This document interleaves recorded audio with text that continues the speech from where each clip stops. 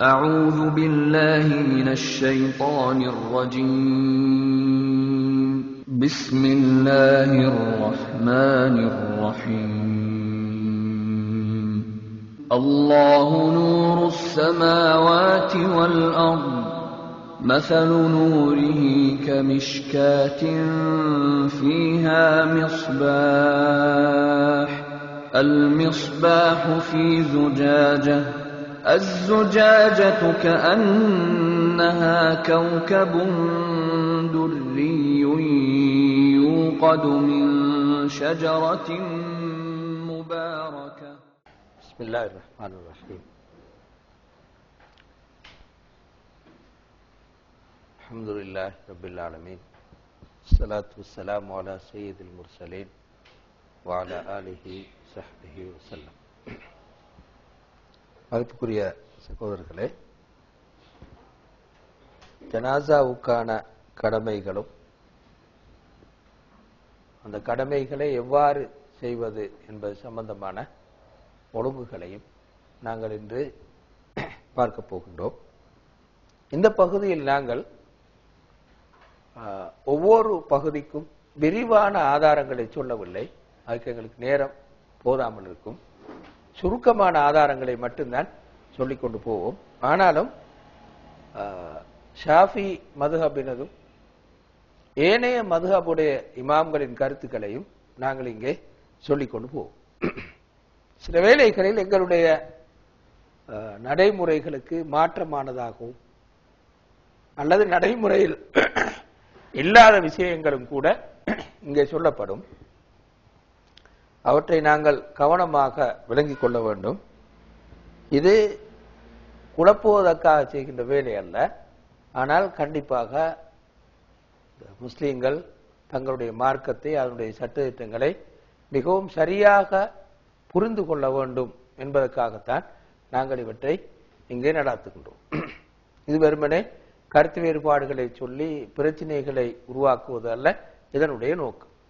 மாற்றமாக நான் ஏற்கனவே சொன்னது போன்று இஸ்லாத்துடைய சட்டங்களையும் கருத்துக்களையும் மிகவும் சரியாக புரிந்து கொள்வது ஒவ்வொரு முஸ்லிமுக்கும் அவசியமானது. அதுவும் இப்படியான விஷயங்களை பொறுத்தவரையில் இது எல்லோரோடும் சம்பந்தப்பட்டது, அவ்வளவு பேரோடும் சம்பந்தப்பட்டது. இப்போ உதாரணமாக பிசினஸ் என்று எடுத்துக்கொண்டால் அது சில நேரம் எல்லோரோடும் சம்பந்தப்பட மாட்டாது. இன்னொரு வகையான கடமைகளை எடுத்துக்கொண்டால் எல்லோரோடும் சம்பந்தப்பட மாட்டாது. இது அப்படியானதல்ல. ஜனாசா என்பது எல்லா வீடுகளிலும் தவிர்க்க முடியாமல் நிகழக்கூடிய ஒரு விஷயம்.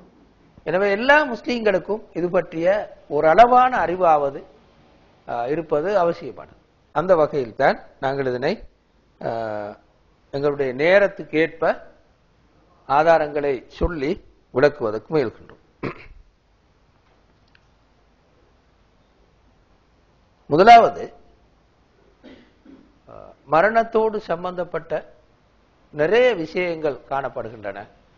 ஸல்லல்லாஹு அலைஹி வஸல்லம் அவர்கள் மரணத்தை நினைவு கூறுவதன் அவசியத்தை, இடைக்கிடை அந்த மரணம் வந்துவிட்டால் நான் எவ்வாறு தயாராகிக் கொள்ள வேண்டும் என்பது பற்றியும் நிறைய சொல்லி இருக்கிறார்கள். மரணத்தை ஞாபகப்படுத்துவது பற்றியும் மரணத்துக்காக ஏற்கனவே தயாராகுவது பற்றியும் ஸல்லல்லாஹு அலைஹி வஸல்லம் அவர்கள் சொல்லி இருக்கிறார்கள். அந்த விஷயங்களை நாங்கள் இங்கே எடுக்கவில்லை. அது ஒரு தனியான பாடமாகத்தான் அதனை நடாத்த வேண்டும். ஏனென்றால் அது ஒரு தனி விஷயம். அது சம்பந்தமான ஹதீஸ்களும் அது சம்பந்தமான அல் குர்ஆன் வசனங்களும் நிறைய காணப்படுகின்றன. அதனை நாங்கள் இங்கே எடுக்கவில்லை. மரண தருவாயில் ஒருவர் மரண தருவாயில் இருக்கும்போது அவருக்கு நாங்கள் என்ன செய்ய வேண்டும் என்ற இடத்திலிருந்துதான் நாங்கள் ஆரம்பிக்கிட்டோம். அதுக்கு மேலால் சொல்வதற்கு எங்களுக்கு, அதுக்கு முன்னால் இருக்கின்ற பகுதிகளை சொல்வதற்கு சிரமம் என்பதன் காரணமாக. எனவே மரண தருவாயில் இருக்கின்ற ஒருவர், அதாவது சக்கராத்து ஹால்னு நாங்கள் சொல்லுவோம், அந்த நிலையில் இருக்கின்ற ஒருவரை பக்கத்தில் நாங்கள் இருந்தால் நாங்கள் என்ன செய்ய வேண்டும் என்று ஸல்லல்லாஹு அலைஹி வஸல்லம் சொல்லி இருக்கிறார்கள் என்பதனை நாங்கள் பார்ப்போம். அவரிடம் நாங்கள் லா இலாஹ இல்லல்லாஹ் என்ற கலிமாவை சொல்லிக் கொடுக்க வேண்டும். ஸல்லல்லாஹு அலைஹி வஸல்லம் அவர்கள் லக்கினு மௌதாக்கும் கலிமத்த லா இலாஹ இல்லல்லாஹ் என்று சொன்னார்கள். லா இலாஹ இல்லல்லாஹ் என்ற கலிமாவை நீங்கள் மரணிக்கும் தருவாயில் இருப்போருக்கு சொல்லிக் கொடுங்கள் என்று முஸ்லிம்ல, அபூதாவுதுல, திருமதியில வரக்கூடிய ரிவாயத்தில் சொன்னார்கள். அதாவது நாங்கள் மரணிப்போருக்கு பக்கத்தில் உட்கார்ந்து கொண்டு நீங்கள் சொல்லுங்கள் என்று அவரிடத்தில் சொல்லாமல், நீங்க இப்படி சொல்லுங்கோ என்று சொல்லாமல் லா இலாஹ இல்லல்லாஹ் லா இலாஹ இல்லல்லாஹ் என்று தொடர்ந்து சொல்லிக் கொண்டிருந்தால் அவருக்கு அது விளங்கி அவரும் லா இலாஹ இல்லல்லாஹ் என்று சொல்ல துவங்குவார். அப்படி சொல்வது தான் மிகவும் பொருத்தமானது. அவரை பார்த்து நீங்க லா இலாஹ இல்லல்லாஹ் என்று சொல்லுங்கன்னு சொன்னா என்னால சொல்லலா அவர் சொல்லிட்டாருன்னா சிக்கலா போயிடும். அப்படியான வார்த்தைகள் அவர் பாவிச்சு வரக்கூடாது என்பதற்காக நாங்க வெறுமனே லா இலாஹ இல்லல்லாஹ் லா இலாஹ இல்லல்லாஹ்னு திரும்ப திரும்ப என்ன சொல்லி கொண்டிருப்போம். நீங்க லா இலாஹ இல்லல்லாஹ்னு சொல்லுங்க கொண்டு அவரை வற்புறுத்தக்கூடாது. நான் சில நேரம் அவருக்கு என்னை சொல்லலாமிக்கின்னு சொல்றது கூட அவ்வளவு நல்லா இருக்காது.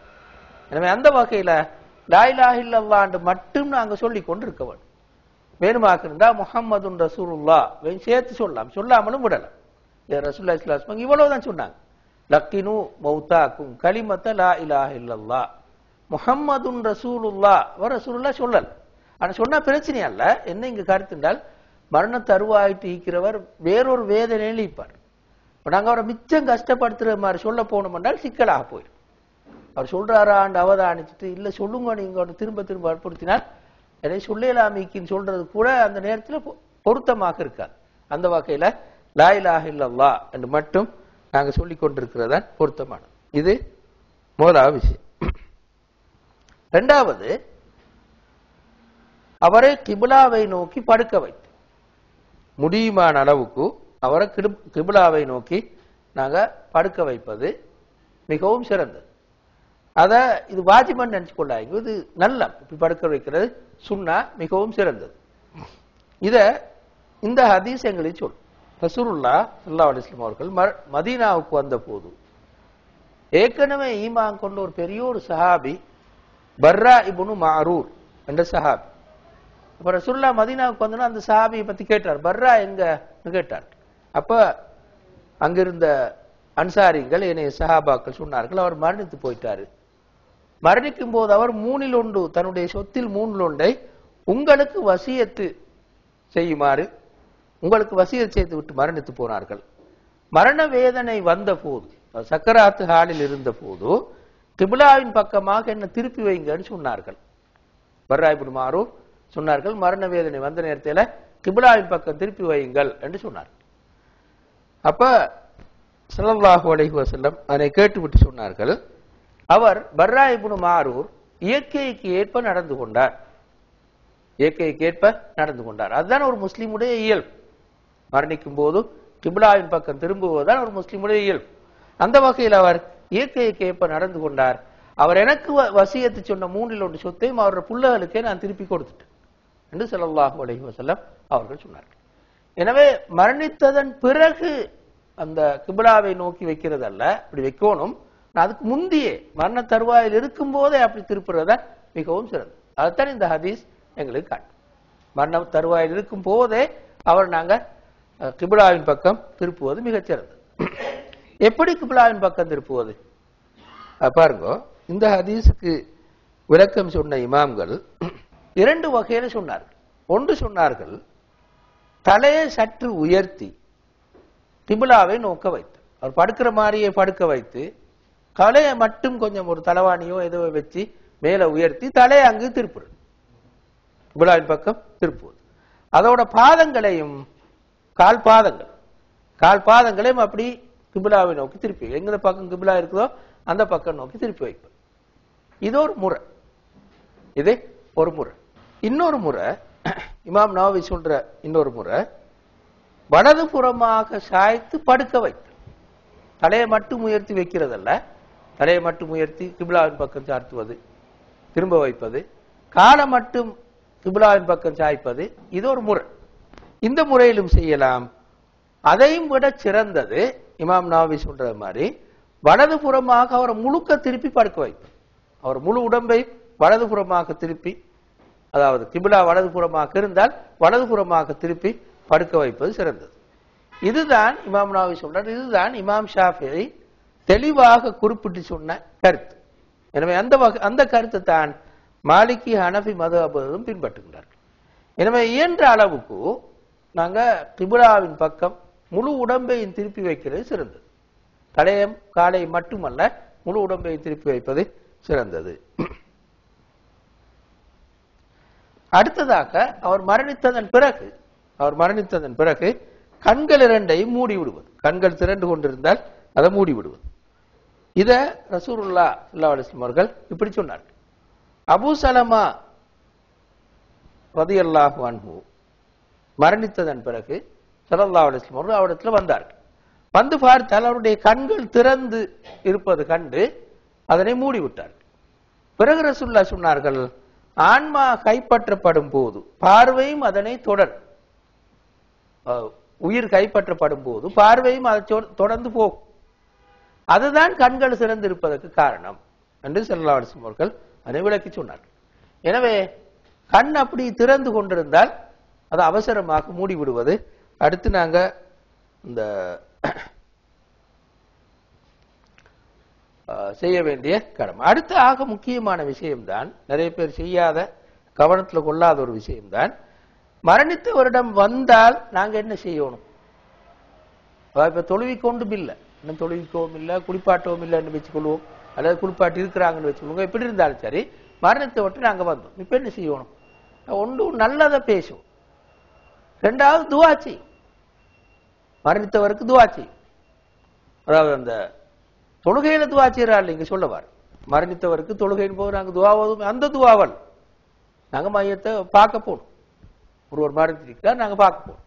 போனா என்ன செய்யணும்? ஒன்று நல்லதை பேசுவோம், அடுத்தது துவா செய்யணும். இதை ரசூலுல்லாஹ் எப்படி சொன்னாங்கன்னு பார்ப்போம். நீங்கள் நோயாளியிடம் அல்லது மரணத்திடம் வந்தால் நல்லதையே பேசுங்கள்.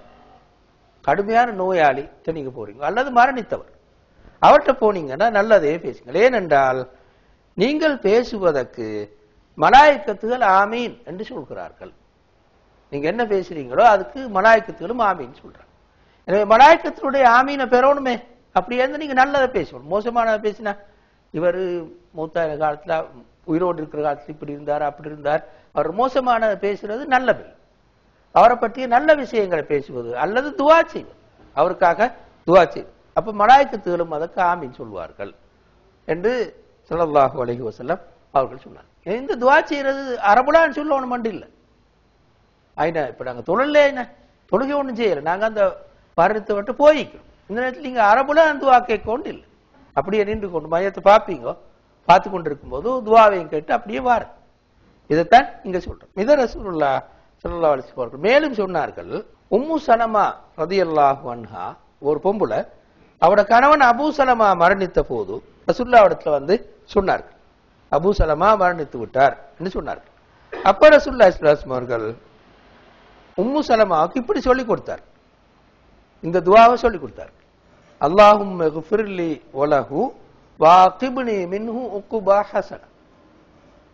யா அல்லாஹ், என்னையும் அவரையும் மன்னித்து விடு, என்னையும் அந்த மரணித்த அபூ சலமாவை மன்னித்து விடு, அவருக்கு பின்னால் எனக்கு ஒரு நல்லொரு நிலையத்தா என்று துஆ கேட்குமாறு சொல்லிக் கொடுத்தார். அல்லாஹும்ம இக்ஃபிர்லி வலஹு வாகிப்னி மின்ஹு உக்பா ஹஸன என்று துஆ கேட்குமாறு சொல்லிக் கொடுத்தார். இதே நீங்க கேட்க ஒன்று இல்லை, இதே வசனத்தை கேட்க ஒன்று இல்லை, எதையும் கேட்கலாம், துவாவாக இருந்தா சரி. இப்ப உதாரணம் ஆரம்ப துண்டை மட்டும் கேட்கவும் பேர் அல்லாஹும்ம இக்ஃபிர்லி வலஹு மட்டும் சொன்னாலும் போதும். அப்படி அரபுல உங்களுக்கு சொல்லி கொள்ளையலாம், தமிழ்ல சொல்லலாம். ஏன்னா நீங்க ஐன தொழல, தொழுகதான் கட்டாயம் அரபுலே இருக்கணும், தமிழ்ல இருக்கக்கூடாது, வேற மொழிகள் இருக்கக்கூடாது. ஆனால் இப்ப நீங்க போயிருக்கிறது மையத்தை பார்க்கறதுக்காக. இந்த நேரத்தில் நீங்க தமிழ்ல துவா செய்யவும் மேலும், அல்லது அல்லாஹும்ம இக்ஃபிர் லஹு, அல்லாஹும்ம இக்ஃபிர் லஹு மட்டும்தான் உங்களுக்கு தெரியும் வச்சுக்கொள்வோம், அதை மட்டும் நாங்க சொல்றோம். அல்லாஹும்ம இக்ஃபிர் லஹு சொல்றோம், யா அல்லாஹ் அவரை மன்னித்து விடு என்று அர்ஹத். எனவே மையத்து பார்க்க போனால் முதலாவது நல்ல விஷயங்களை மட்டும் பேசுவோம். மையத்தோடு சம்பந்தப்பட்டு பேசுவதாக இருந்தால் நல்ல விஷயங்களை மட்டும் பேசுவோம். இரண்டாவது துஆ கேட்கும், பிரார்த்தனை செய்யும் என்றதான் ரசூலுல்லாஹ் மிக தெளிவாக இங்க சொல்லியிருக்கிறாங்க. இதுக்கு முஸ்லிம்ல சுனன் ஹதீஸ் நூல்கள், சுனன் ஹதீஸ் நூல்கள் சொன்னா திருமிதி, இப்னு மாஜா எல்லாத்தையும் சேர்த்து குறிக்கும். அவ்வளவு சுனன் ஹதீஸ் நூல்கள்ல இது வந்துருக்கு. அப்ப எனவே இது ஆதாரபூர்வமான ஒரு ஹதீஸ் முஸ்லிம்ல வந்ததன் காரணமாக. அதனால இப்படி துஆ கேட்பதுதான் சிறந்தது. இதனால நாங்க சொல்லுவோம், மையத்து வீடுகளுக்கு போனா மிச்ச நேரம் உட்கார்ந்து கொண்டிருக்க கூடாது. ஏனது அது இதெல்லாம் கதைப்பாடு சும்மாவே ஒரே துவா கேட்டுக்கவா ஏல அங்க காய்ச்சி இங்க காய்ச்சி வேற விஷயம் எல்லாம் காய்ச்சி அவரோட வாழ்க்கையை பத்தி காய்ச்சி அதெல்லாம் நிறைய கதைப்பாடு. எனவே ஆக சிறந்தது என்னது, அவசரமா எனக்கு பார்த்துட்டு திருப்பி வந்துரு, துவா கேட்டு வந்துரு. நீண்ட நேரமாக அங்க உட்கார்ந்து இருக்கிறது அவங்களுக்கும் டிஸ்டர்ப் தான். அதே நேரத்தில் நாங்களும் இதை செய்ய மாட்டோம். ஹதீஸ்ல சொன்ன இந்த விஷயத்தை சொல்ல மாட்டோம், வேற விஷயங்களை தான் காய்ச்சி கொண்டு இருப்போம். சில நேரங்கள் ஒரு பெரிய ஒரு கைவாரம் அடிப்போம், வேற விஷயங்கள்லாம் காய்ச்சி சிரிச்சு எல்லாம் செஞ்சு போட்டு வரும். அது அவ்வளவு தூரம் அழகில்லை, மையத்தூட்டுக்கும் அது அவ்வளவு தூரம் அழகில்லை. எனவே அவசரமா மையத்தூட்டுக்கு போனால் துவா கேட்டு அவரை பத்தி ஒரு 4 நல்ல விஷயங்களை சொல்லிட்டு அப்படியே திரும்பி வந்து விடுவதுதான் மிகவும் சிறந்தது. எங்கட அந்த வளமையான ட்ரெடிஷனை மாற்றிக்கொள்வது மிகச்சிறந்தது. மையத்தூட்டுக்கு போனால் நீண்ட நேரத்தை கழிச்சு அங்க உட்கார்ந்து இருக்கிற மாற்றிக்கொள்வது சிறந்தது. அவரோட உறவினர்களை தவிர, உறவினர்கள் மட்டும் அங்க வேலைக்கு தேவைப்படுவார்கள், அவங்க மட்டும் நீண்ட நேரம் நிற்பார்கள். அவங்கள தவிர அடுத்தவங்க இதோட திரும்பி வருவது மிகச்சிறந்தது. அடுத்தது கடன்களை தீர்த்து. நாங்க விளங்கப்பட தேவையில்லை, இது நிறைய இடங்களை நீங்க கேட்டிருப்பீங்க. ஒரு மூமினுடைய ஆன்மா அவன் கடனை கொடுத்து முடிக்கும் வரை அதனோடு தொடர்பட்டதாகத்தான் இருக்கு, அந்த கடனோடு தொடர்பட்டதாகத்தான் இருக்கு. கடனை கழிச்சண்டைத்தான் அவன் ஆன்மா விடுதலை பெறும் என்று ஸல்லல்லாஹு அலைஹி வஸல்லம் அவர்கள் சொன்னார். எனவே இயன்ற அளவு அவசரமாக கடனை கொடுத்து முடிச்சிடும். மரணித்தவர் இந்த சொத்துக்கள் எல்லாம் பிரிச்சு கொடுக்க முந்தி அவரோட சொத்திலிருந்து முதலாவது கொடுக்கணும், கடன்களை கொடுத்துரும்.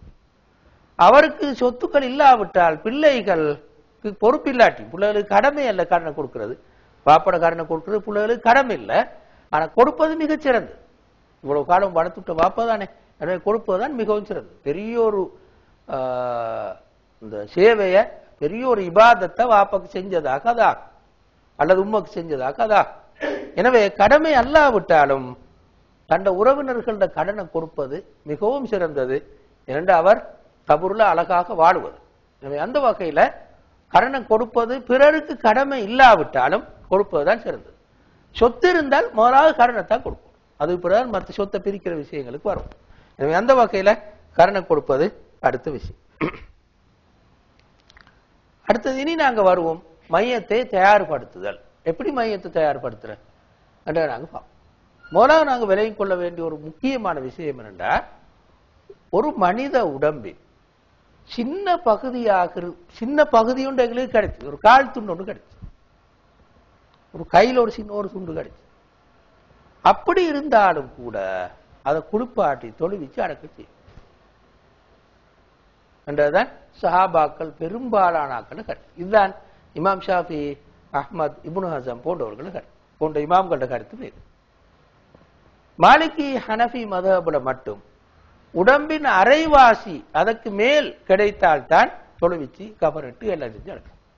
ஆனா இவங்களோட கருத்து, ஷாஃபி, அஹ்மத், இமாம் இப்னு ஹஸம் இவங்களோட கருத்து என்னன்னா, உடம்பில் ஒரு சிறு பகுதி கிடைத்தாலும் அதுக்கு எல்லாம் செய்யணும். ஒரு முழு உடம்புக்கும் என்ன செய்வோமோ அதே மாதிரி எல்லாமே செய்யும்.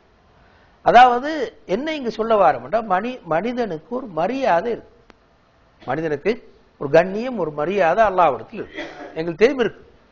அப்ப இந்த மரியாதை ஏனைய மிருகங்களோட உடம்பு மாதிரி இருக்கப்பட. ஒரு மிருகத்துல ஒரு கால் கடிச்சா என்ன செய்வோம், சும்மா வீசிடுவோம். இப்படி மனுஷனை செய்யக்கூடாது. மனிதன் ஒரு கால் துண்டோடு கிடைச்சு சும்மா தூக்கி வீசி விட்டுறதா, அது கூடாது. அப்படி செய்யறது அவனை கண்ணியப்படுத்தாதாக மாறும். எனவேதான் இப்படி தொழுவிச்சு அடைக்க வேணும்னு சொல்லி சொல்றது. ஏற்கனவே தொழுவிச்ச தான் நீங்க சொல்ல வரேன். உதாரணமா வச்சு கொடுங்க, கபூர்ல வச்சு ஒரு துண்டு கிடைச்சு, அதான் நீங்க சொல்ல வர. அது ஏற்கனவே தொழுவிச்சிருக்கும், அதை அழகா அடக்கம் செய்யறது மட்டும் தான் செய்யும். அதை எடுத்துட்டு போய் நல்ல அழகா குழியை தோண்டி புதைச்சி வச்சிருவோம், காலு கைக்கு அடிபடாம். ஆனா அப்படி எல்லாம் இங்க சொல்ல வர. அப்படி எல்லாம் ஒரு துண்டு கிடைச்சு உங்களுக்கு இதுல சந்தேகம், இந்த கை துண்டா அல்ல இந்த கால் துண்டா தொழுவிச்சிக்குமா என்றது சந்தேகம். இது முஸ்லீமுடையதாகத்தான் இருக்க வேணும்னு உங்களுக்கு விளங்கு. பெரும்பாலும் இது முஸ்லீமுடைய உடம்புல இருந்து வந்ததாகத்தான் இருக்கணும்னு விளங்கு. அப்பதான் நாங்க இந்த வேலையை செய்யும். இதுக்கு ஆதாரம் என்னது நாங்க பார்ப்போம். இது இமாம் அபு ஹனீஃபா, இமாம் மாலிக்குடைய கருத்து. உடம்புடைய அரைவாசி அல்லது அதற்கு மேல கிடைச்சால்தான் இந்த வேலையில செய்யும்.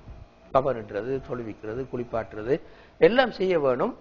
உடம்புல அரைவாசிக்கு மேல கிடைத்தால்தான். இது இமாம் மாலிக்கும் அபு ஹனீஃபாவும் சொல்லக்கூடிய கருத்து. அந்த கருத்தை விட முதல் சொன்ன கருத்து தான் சஹாபாக்கள கருத்து. அது எப்படின்னு பாருங்க. இமாம் ஷாஃபி சொல்கிறார்கள், ஜமல் யுத்த சந்தர்ப்பத்தில் ஒரு கை மக்காவில் ஒரு பறவையால் கொண்டு வந்து போடப்பட்டது. ஜமல் யுத்த நேரத்துல ஒரு கை கொண்டு வந்து மக்கால விழுந்து, ஒரு பறவை கொண்டு வந்து மக்கால போட்டு. அப்ப அதனை அங்கிருந்த மக்கள் எல்லாரும் தொழுவிச்சார். அந்த நேரம் சஹாபாக்களும் இருந்தார்கள். இப்படி இமாம் ஷாஃபிக்கு ஒரு ரிவாயத்து கிடைச்சு. அதான் இமாம் ஷாஃபி இங்க சொல்லி காட்டுகிறார்கள்.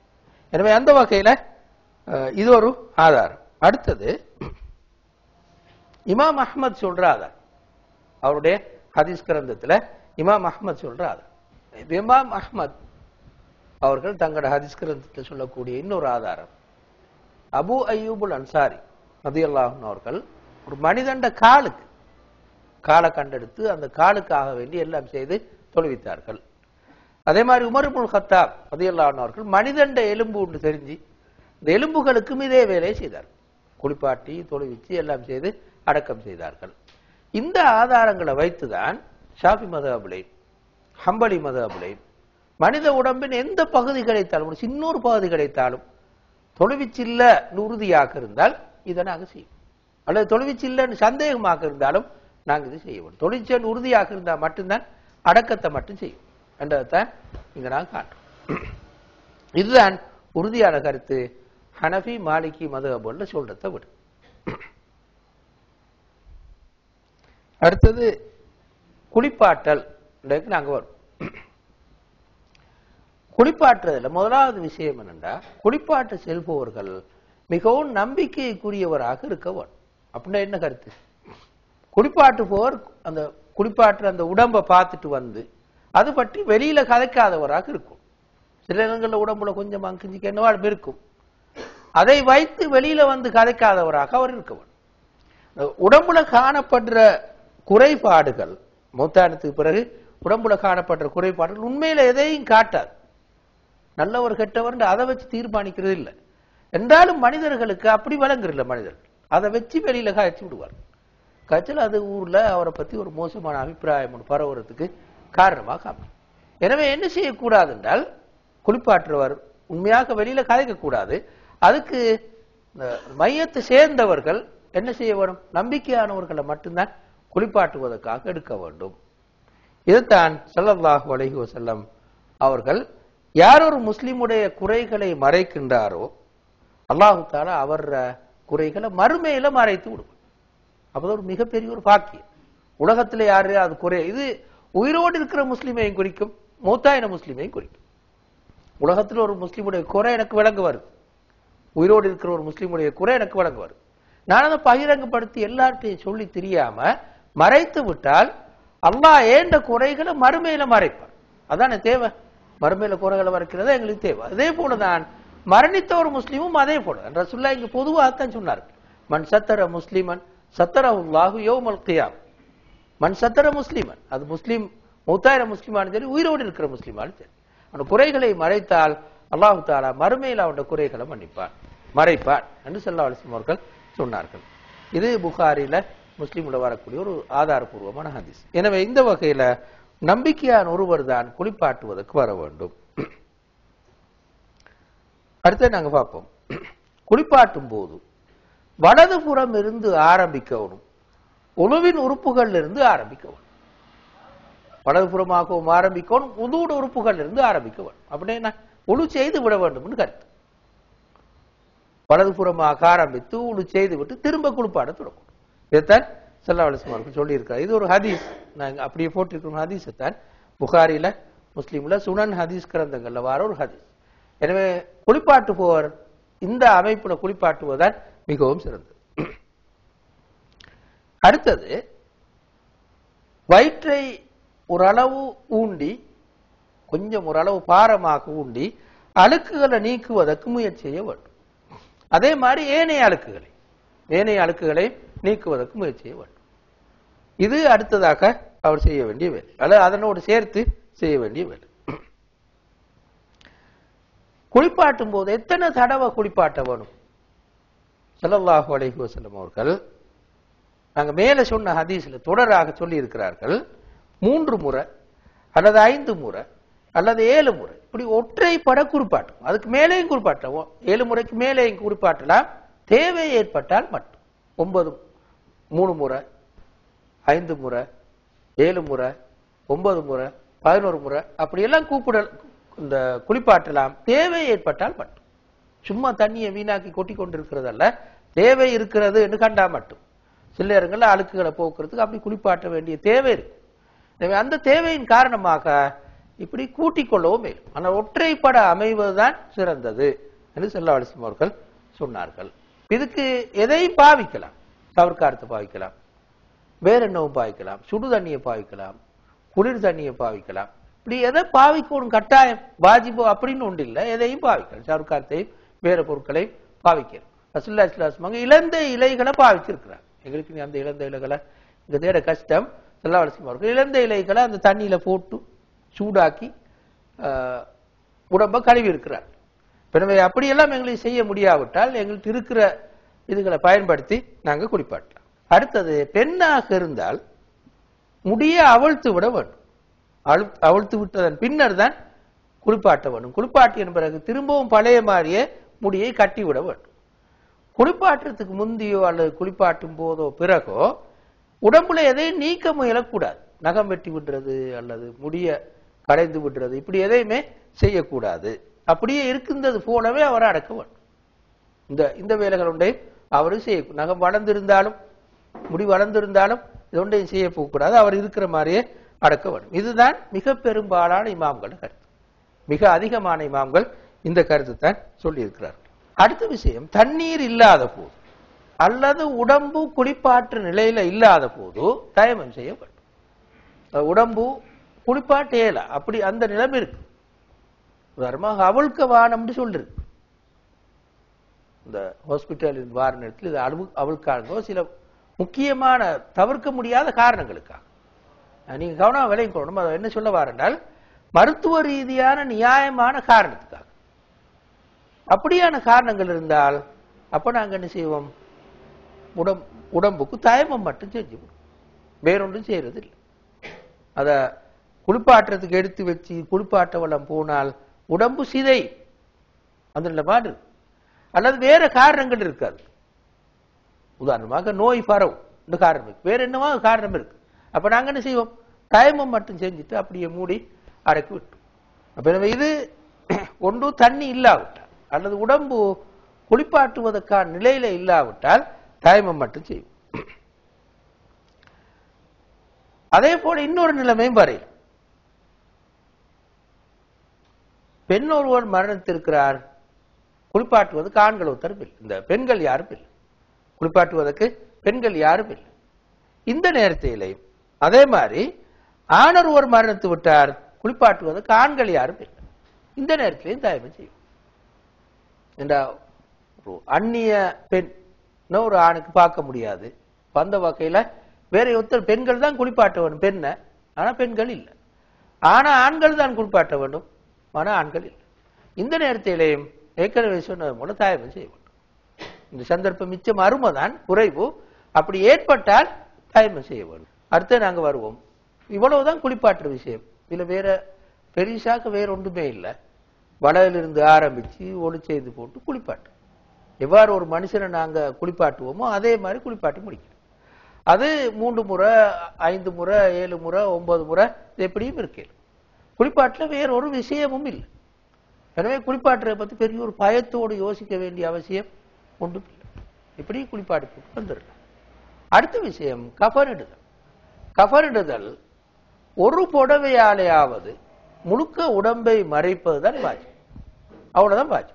ஒரே ஒரு புடவை எடுத்து முழுக்க உடம்பை மறைச்சாலும் போதும்.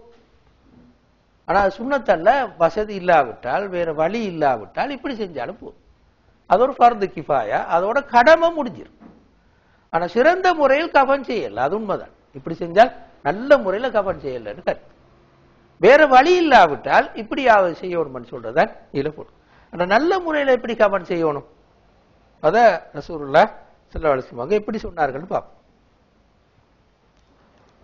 முதலாவது ரசூலுல்லாஹி ஸல்லல்லாஹு அலைஹி வஸல்லம் இவ்வாறு சொன்னார், உங்களில் யாரேனும் தனது சகோதரனுக்கு பொறுப்பாக இருந்தால், வழி பொறுப்புதான் அப்படியாக இருந்தால் சிறந்த முறையில் அவருக்கு கஃன் செய்யட்டும் ரசூலுல்லாஹ் சொன்னார். எனவே ரசூலுல்லாஹி ஸல்லல்லாஹு அலைஹி வஸல்லம் எப்படி கடமை இவ்வளவு முடிஞ்சாலும் கூட, கடமை அதோட முடிஞ்சாலும் கூட நல்ல முறையில கஃபன் செய்யணும்னு சொல்லி எதிர்பார்த்தார்கள். அதை சுண்ணாவாக நாங்கள் கருதுவோம். எப்படி சிறந்த முறையில் கஃபன் செய்தல்? ஒன்று வெள்ளையாக இருக்கு. அந்த கஃபன் புடவை வெள்ளையாக இது விளங்கப்படுத்தியவரை நாங்கள் எல்லாரும் வெள்ளையால செய்வோம். அப்படின்னா கருத்து என்னன்னா இது சுண்ணத்து மட்டும். வேற கலர்களில் செஞ்சாலும் கஃனிட்டதாகத்தான் அதாகும், கடமை நிறைவேறும். ஆனால் வெள்ளையாக அமைவது சிறந்ததுன்னு சொல்லி ஸல்லல்லாஹு அலைஹி வஸல்லம் அவர்கள் சொல்லியிருக்கிறார்கள். உங்களது உடைகளில் வெள்ளையை அணியுங்கள், அது உடைகளில் சிறந்தது. உங்களில் இறந்தவர்களை அதன் மூலம் கஃனிடுங்கள் என்று ஸல்லல்லாஹு அலைஹி வஸல்லம் அவர்கள் மிகவும் தெளிவாக சொன்னதாக இப்னு அப்பாஸ் ரலியல்லாஹு அன்ஹு அவர்கள் அறிவிக்கிறார். எனவே கஃன் வெள்ளையாக அமைது. அடுத்தது ஆண்களுக்கு 3 புடவைகள். இதான் சுன்னா. 3 புடவைகளை வச்சு ஆண்களை கஃனிடுவதுதான் சுன்னா. அத ஆயிஷா ரலியல்லாஹு அன்ஹா அறிவிக்கும் போது இறை தூதர் ஸல்லல்லாஹு அலைஹி வஸல்லம் அவர்களுக்கு யமனை சேர்ந்த புதிய வெள்ளை உடைகள் 3 கஃன் செய்யப்பட்டது. நல்ல புதிய வெள்ளை உடை யமனிலிருந்து வந்தது. அதால ரசூலுல்லாஹி ஸல்லல்லாஹு அலைஹி வஸல்லம் அவர்களுக்கு கஃன் செய்யப்பட்டது. தலைப்பாகையோ சட்டையோ அதில் இருக்கவில்லை. கஃன் செய்யும் போது சட்டை ஒன்றை தைச்சி போட்டுக்கிறதோ அல்லது தைக்காம போடுறதோ எப்படியோ அவர் தலைப்பாக ஒன்று அணிய வைக்கிறது. இப்படி ரசூலுல்லாஹ் கஃன் இருக்கல்ல, தலைப்பாகையும் இருக்கல்ல, ஷேட்டும் இருக்கல்ல என்று ஆயிஷா ரலியல்லாஹு அன்ஹா சொன்னார். 3 புடவையினால சுற்றி விட்டார். அந்த அமைப்பு தான் ரசூலுல்லாஹி ஸல்லல்லாஹு அலைஹி வஸல்லம் அவர்களுக்கு கஃன் செய்யப்பட்டது. ஆனா தலப்பாவை செய்து கீழுக்கு இந்த சாரம் மாறி ஒரு பாதையை செய்து மேலுக்கு சேட்டையும் போட்டு பிறகு 2 புடவையால சுத்தி விடுறதும் ஹராமாக மாட்டாது, அல்லது பித்அத்துன்னு சொல்றது இல்லை. நாங்க சிறந்தது இப்படி செய்வோம். நாங்க ஏற்கனவே பார்த்த மாதிரி ரசூலுல்லாஹி ஸல்லல்லாஹு அலைஹி வஸல்லம் செஞ்சது மாதிரி செய்வது சிறந்தது. மற்ற அமைப்பில் செஞ்சால் நாங்க பித்அத்துன்னு ஒன்று சொல்றது இல்லை. அப்படி செய்யலாம், செய்வது ஆகும். ஆனா சிறந்தது ஏற்கனவே செய்யறது போல சொன்னது போல செய்யும். அப்படி கஃன் செஞ்சால் மிச்சம் பேருக்கு லேசாய் கஃபண்டு பெரிய கஷ்டப்பட வேண்டிய அவசியம். அடுத்தது பெண்களாக இருந்தால் 5 உடைகளால கஃன் செய்யும். அத ரசூலுல்லாஹி ஸல்லல்லாஹு அலைஹி வஸல்லம் மிகவும் தெளிவாகவே சொல்லியிருக்கிறார். ரசூலுல்லாஹி ஸல்லல்லாஹு அலைஹி வஸல்லம் மகள்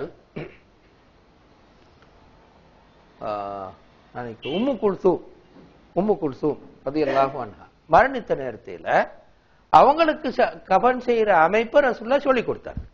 அந்த ஹதீஸ்ல ஒரு பகுதி தான் இது. அந்த ஹதீஸ்ல ஒரு பாதியைத்தான் நாங்கள் காட்டுறோம். ஒன்று அறையின் கீழ் கட்டுகின்ற உடை, அறைக்கு கீழால கட்டுற உடை. 2வது ஷர்ட். 3வது தலையை மூடுகின்ற உடை. அது பிறகு இன்னும் 2 உடைகளால மூடி விட்டு, பெரிய உடையால 2 பெரிய உடையால அப்படியே முழு உடம்பையும் மூடி விடுவது. தலையை மறைக்கிறதுக்கு உண்டு ஒரு ஷர்ட் உண்டு, கீழுக்கு சாரம் போல கீழுக்கு ஒரு பாதி, திரும்ப இன்னும் 2 பெரிய உடைகள் எடுத்து அப்படியே அதுக்கு மேலால மூடி விடுவது. இதுதான் பெண்களுக்கான கஃனிடுதல்.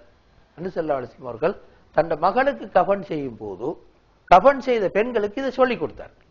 இது ஒவ்வொன்றாக எடுத்து கொடுத்தார். இன்னொரு ஹதீஸ்ல வரும், இது ஒவ்வொன்றாக எடுத்து கொடுத்தார். கொடுத்து கஃன் செய்ய வைத்தார்கள் என்று வரும்.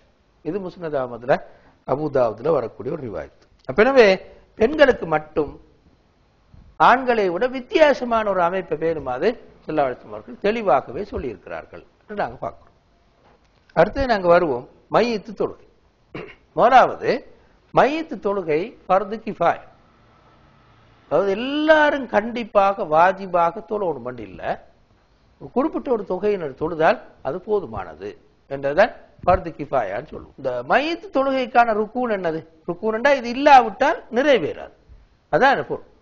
இதில் ஏதாலும் ஒன்று இல்லாவிட்டால் அந்த மையத்து தொழுகை நிறைவேற மாட்டார். முதலாவது நீயத்து வைக்கிறது உள்ளத்தால மட்டும்தான், வாயால சொல்றது இல்லை. நீயத்து வைத்து நீயத்துல எப்படி சொல்லுவோம்? நீயத்தை எப்படி வைப்போம்? மையத்து தொழுகிறேன் நினைச்சு கொண்டால் போதும், வேற அந்த மற்றதெல்லாம் சொல்ல வேண்டிய அவசியம் இல்லை. 2வது நின்று தொழவன், நியாயமான காரணமின்றி உட்கார்ந்து தொழக்கூடாது. நியாயமான காரணம் இருந்தால் மட்டும்தான் உட்கார்ந்து தொழலாம். நியாயமான காரணம் இல்லாமல் உட்கார்ந்து தொழுதால் அவரை தொழுக கூட மாட்டார், அந்த மைய தொழுக நிறைவேறப்பட்டார். எனவே நின்று தொழுவதும் வாஜிபு ஏனைய தொழுகைகளை போல. அடுத்தது 4 தக்பீர்கள் சொல்றது. 4 தக்பீர் சொல்றது அடுத்த ருக்கூன்கள் உண்டு. இதுல இன்னொன்று கவனிச்சு கொள்ளணும், நாங்க அதை சொல்லல, குறிப்பிட்டு சொல்லல. ஏனைய தொழுகைகளுக்குள்ள எல்லாவற்றையும் பேணும். அப்படின்னா என்னது? சுத்தமாக இருக்கணும், ஒளி செய்யணும், உடை சுத்தமாக இருக்கணும், இடம் சுத்தமாக இருக்கணும், இதெல்லாத்தையும் பேணும். ஏனைய தொழுகை சொல்லக்கூடிய அவ்வளவு கடமைகளை பேணித்தான் மையத் தொழுகையை நிறைவேற்ற வேண்டும். இதுக்கு என்ன ஆதாரம்? 4 தக்பீர்.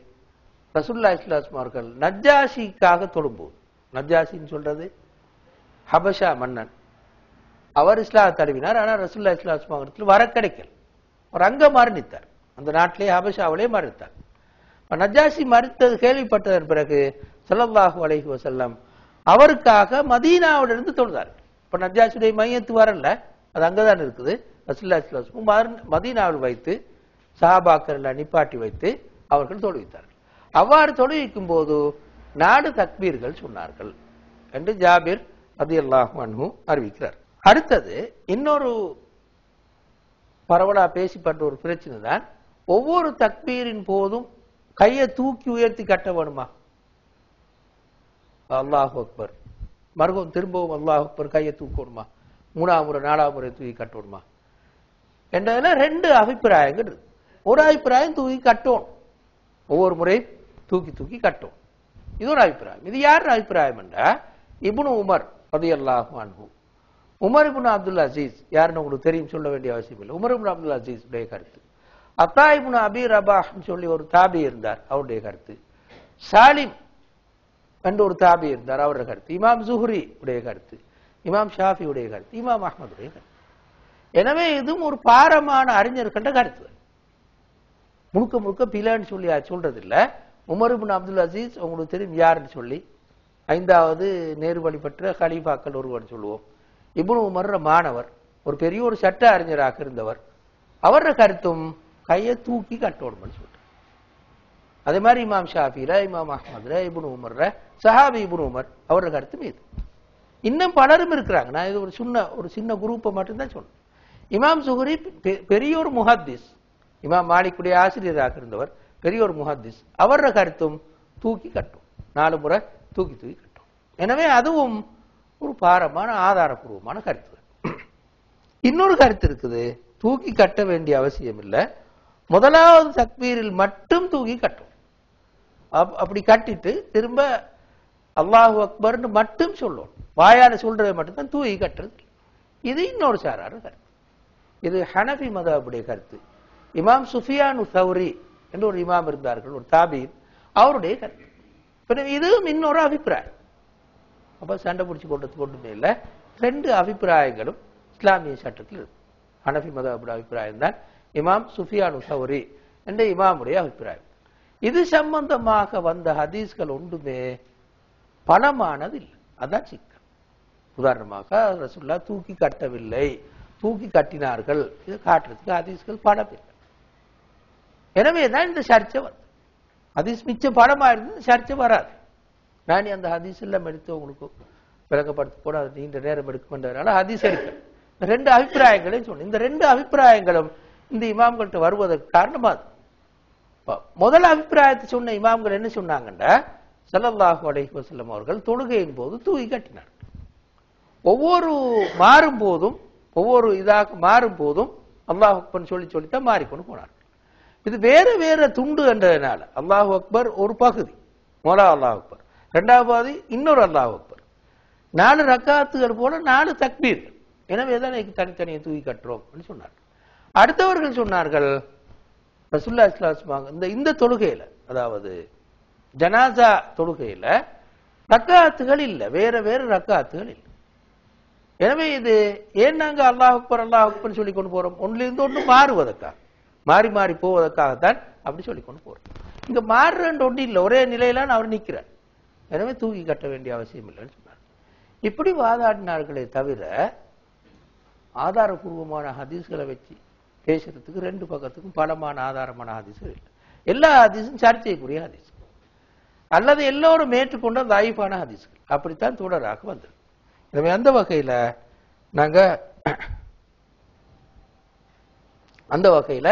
நாங்க இந்த 2 பக்க கருத்துக்களையும் சர்ச்சைக்குரியதாக